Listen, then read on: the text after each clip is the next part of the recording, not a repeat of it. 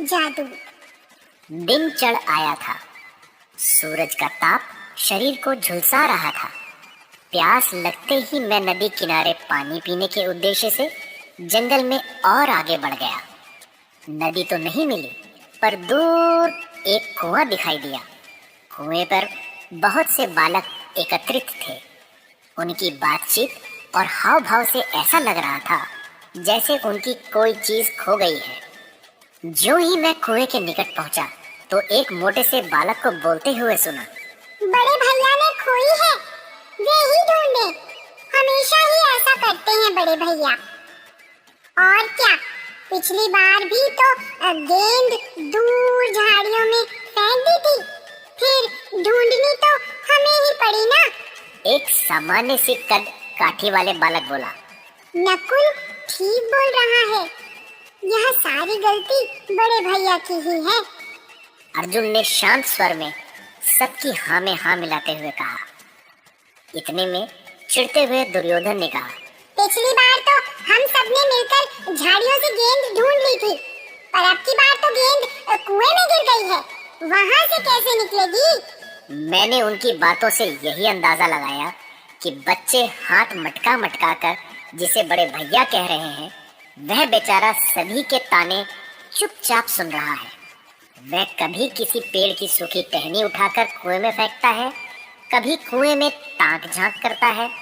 वह अपने को लाचार पाकर रुआंसा सा हो गया है।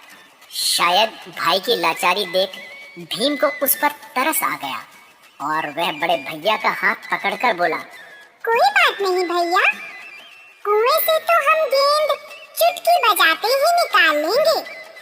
लेकिन सबको पता है कि यह मुमकिन नहीं है। सारा खेल चौपट हो गया। तुम लोगों ने यह क्या लड़ाई झगड़ा मचा रखा है? कुएं के निकट पहुंचते ही मैं बोला। आप कौन हैं? एक बालक ने जिज्ञासा प्रकट करते हुए पूछा। मैं द्रोणाचार्य हूँ, यहाँ जल लेने आया हूँ।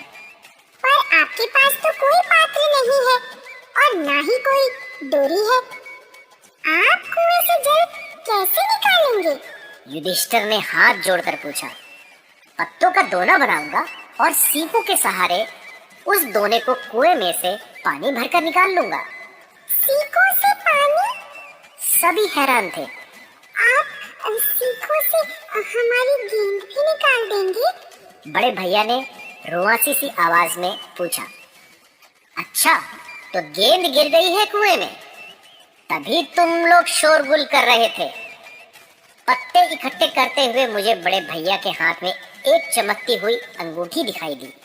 मैंने हंसते हुए कहा, क्या तुम मुझे अपनी यह अंगूठी दे सकते हो? क्यों? गेंद निकालने के बदले में आपको यह अंगूठी चाहिए? नहीं नहीं, ऐसी कोई बात नहीं, पर यदि तुम मुझे यह अंगूठी दे दो तो मैं तुम्हें एक जादू दिखा सकता हूँ। जादू का नाम सुनते ही सभी बच्चे बड़े भैया से अंगूठी उतार कर देने की जिद करने लगे। अंगूठी मिलते ही मैंने उसे कुएं में फेंक दिया। अरे, यह क्या किया आपने? बड़े भैया के साथ साथ भीम और अर्जुन भी चिल्ला पड़े, पर दुर्योधन मुस्कुरा रहा था। यही तो जादू है, अब मैं तुम्हें गेंद के साथ साथ अंगूठी भी निकाल कर दूंगा। किंतु गेंद तो पानी के ऊपर तैर रही है और वह दिखाई दे रही है, पर अंगूठी तो नीचे तल में ना जाने कहां चली गई है। वह छोटा बालक जिसे सब अर्जुन कहकर बुला रहे थे, एकदम से बोला, यही तो जादू है। देखो, गेंद दिखाई दे रही है, पर अंगूठी को भी तो पानी में जाते समय मैंने देखा है। ऐसी सीके मारूंगा कि ठीक अंगूठी पर ही निशाना लगेगा। मैंने निकट के ही बरगद के पेड़ से एक टहनी काटी और एक धनुष तैयार किया। पतली नाजुक टहनी से प्रत्यंचा बनाई, फिर मंत्र पढ़कर सीकों के बाण कुएं में मारने लगा। पहली सीख गेंद में लगी, फिर दूसरी, तीसरी। इस तरह सीकों की लंबी सीढ़ी बन गई। फिर आराम आराम से डोर की तरह खींचकर गेंद निकाल ली गई। उसी तरह से अंगूठी भी निकाल ली।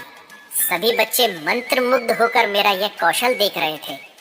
मैंने उन्हें बताया कि सभी कुछ अभ्यास और कौशल से संभव है। हस्तिनापुर वापस लौटने पर बच्चों के मुख से सारी घटना सुनने के पश्चात भीष्म पितामह ने बच्चों की शस्त्र शिक्षा के लिए मुझे उनका आचार्य नियुक्त कर दिया।